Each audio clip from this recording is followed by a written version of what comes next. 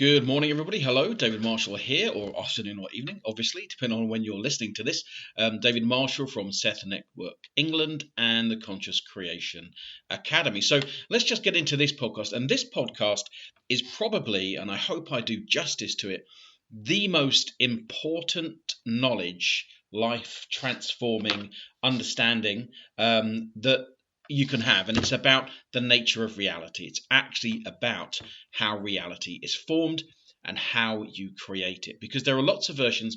When people talk about you create your own reality, what is it that exactly they mean?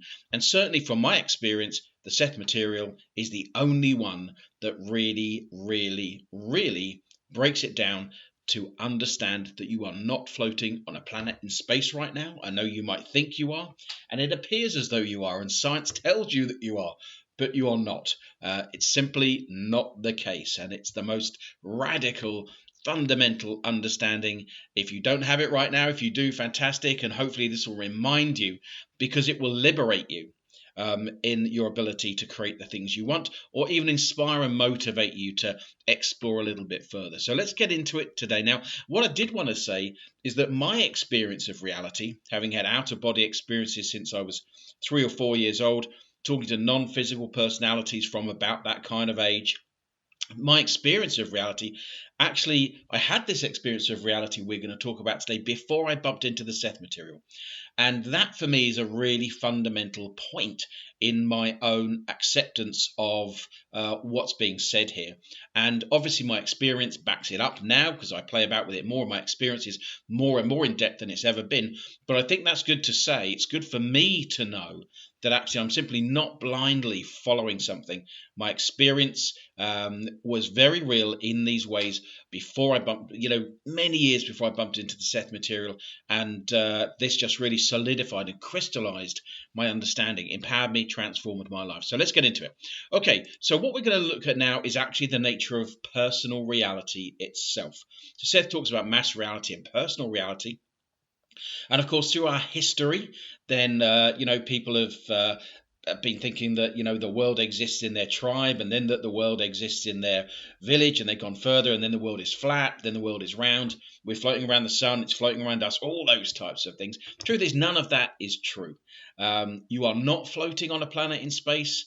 Nobody ever was. This is a self-created state of consciousness. So I want to work through the idea of that you are not floating on a planet in space right now, never were, and that you're in a self-created state of consciousness, one of a limitless number of states of consciousness that you are involved in right now, and that is created from the building blocks of consciousness, and we could call that energy. Okay, that's what we could call that. We'll call it something else at the end, but it's created from the building blocks of energy. So let's get into it, and I'm just going to talk you through this, so bear with me and just follow it through with me. So the question I'd ask you initially is, how do you know that you're here?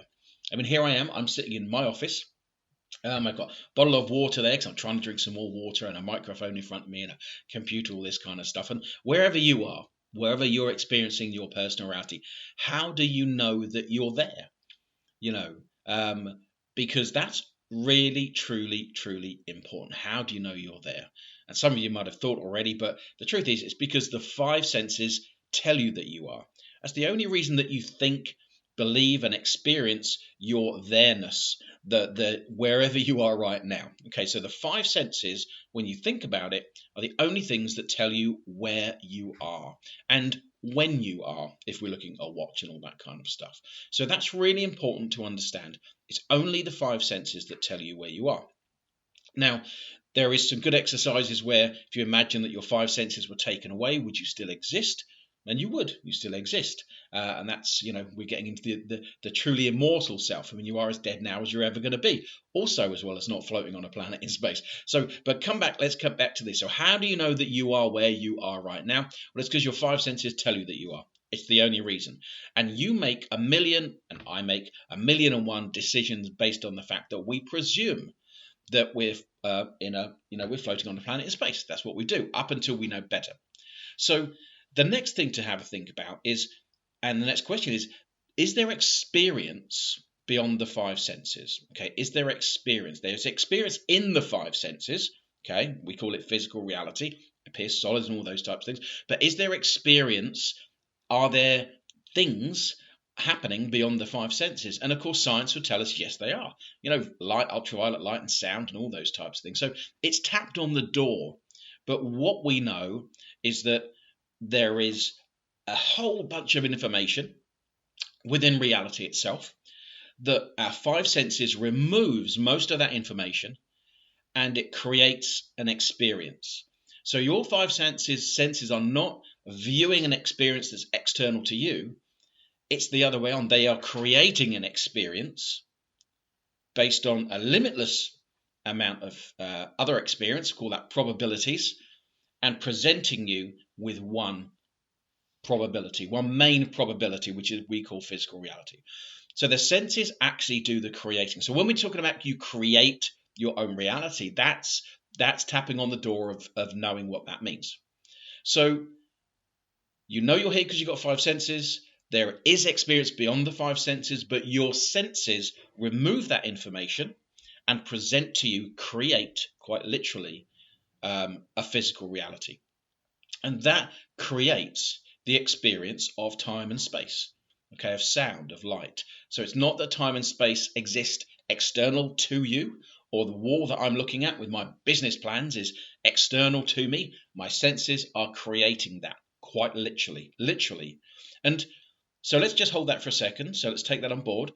The next thing to think about is, and what is it made of? This thing that is being presented to me right now with plants and boards and computers and radiators and all that type of. What's it made of? Wherever you are right now, have a look around. What is it made of?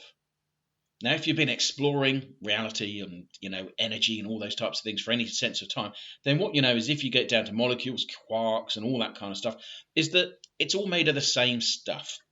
So there's one stuff, people call it energy, let's call it that, energy, one stuff that everything is made of, that my eye, that appears live energy, is made of the same stuff as this rather lovely microphone that's in front of me, that's made from the same stuff as the plant I'm looking at, the glasses, my phone, my computer, the banana I'm going to have for lunch today. They're all made of the same stuff. They appear different. They appear different on many levels, sight, smell, sound, but they're all made of the same stuff. Okay, so here we are within a reality. It's all made of the same stuff. And actually, science doesn't know what it's all made of, but it's all made of the same stuff. We know that. Our physical senses create a version of reality out of a limitless number of other experiences and possible experiences. And we presume from that we're floating on a planet in space. That's what we tend to do. So let's summarize. Let's hold that there. Okay. Now the next thing. Let's move on. So let's look at a dream. Okay, now I'm not saying that you are dreaming right now, because a lot of you will say, yeah, but in my dreams, the walls go all wobbly, or I can fly, or whatever. What I'm saying is, the basic creation, let's have a look at that. So let's have a look at a dream. We know that a dream is a self-created state of consciousness made from thought. That's what we know. We all experience it. We all experience being in a dream and outside a dream at the same time. So we know that there is information in the dream, and we know there is information outside of the dream. Okay, so we know that. So let's apply the same idea. So how do you know you're in a dream? And I had a dream last night, and I was talking to people. I had a dream the other night, and actually I felt like I was being chased. And again, the floor was solid.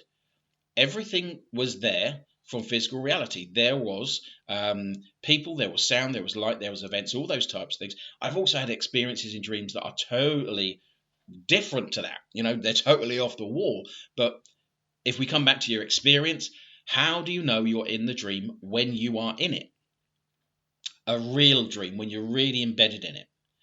Now, the only reason, and it appears real to you, doesn't it? It appears real to me. It does to many people. It's the most common experience. Now, the truth is that the only reason you know you're in the dream is because the five senses tell you that you're in the dream. There's some kind of sensory equipment there, and your five senses, same ones, or the same type of senses, create an event, don't they? Your five senses create an event from thought. So is there experience beyond the dream and the five senses? Yes, of course there is, because I was dreaming last night in there, and here's an experience outside of the dream. So I exist separate from the dream and also in the dream at the same time. So what we know is that the senses create the experience from information, and that these senses actually create the dream. So what's the dream made of? In the dream, where you're experiencing things as solid, you have time, you have space, you have people, you have events, all that kind of appears physical, real, very, very often. What's it made of? Well, it's all made from the same stuff, isn't it? And we call that thought. And because we call it thought, we think of it slightly differently as we do physical reality. So in physical reality, the environment is created from the five senses and all from the same stuff. The senses create time and space. We know that, I know this is not a solid table, science would tell me that, but it appears solid. If I was in a dream, I know it's not solid, it's made of thought, but it appears solid. So what I propose to you is that this reality, your reality, you create it in a similar fashion to a dream. Okay. All the experiences, the psychic experiences we have here, telepathy, all that kind of stuff, would that be explained if it was all made from thought? If it was all made from thought? Because if it wasn't, then none of these experiences would be able to have. So what is the nature of reality? The true nature of reality? Most people, they spend time thinking about a physical place where their thoughts have effects, law of attraction, all that kind of stuff. But the true nature of reality is wholly different. It's a completely different thing, because you are not floating on the planet in space. In a dream, although you appear to be on Earth and there is time and space, how do you get time in a dream? Are you floating on a planet in space in your dream? No, you're not. Even if you look up and see the moon, you're still not floating on a planet in space. And dream scientists, if they went into things, what would they find? They found that everything was made of the same stuff, that time didn't really exist. So this is why conscious creation works. It works. You know, the rules are that your thoughts, beliefs, and expectations create your experience within reality, but they actually create the experience itself. The experience I'm having right now in my office is created by me, literally by me at an unconscious level. And I operate within it, but I also operate outside of it. And it's the same me. I am immortal here, and I am immortal in my dream, and in the next reality that I will experience, and the one before, all created in the same way. So have a think about that. I hope I kind of got that over to you as best I can, and that you can take something from that. So the truth is, you are not floating on a planet in space. Literally, you are not. You are experiencing a self-created state of consciousness that is created from what we'll call thought, consciousness, that reacts to thought and consciousness, because it's made of the same thing, and that explains the law of attraction and psychic awareness and communication, all that kind of stuff. And one where you are in control of the events and how that is formed. And what we're learning to do is to be conscious creators, to understand the basics of that, and then to begin to take control and to cooperate with other forms of consciousness and ourselves, broader aspects of ourselves, to learn how to use that energy, emotional energy, psychic energy, in terms of creating the reality that we want.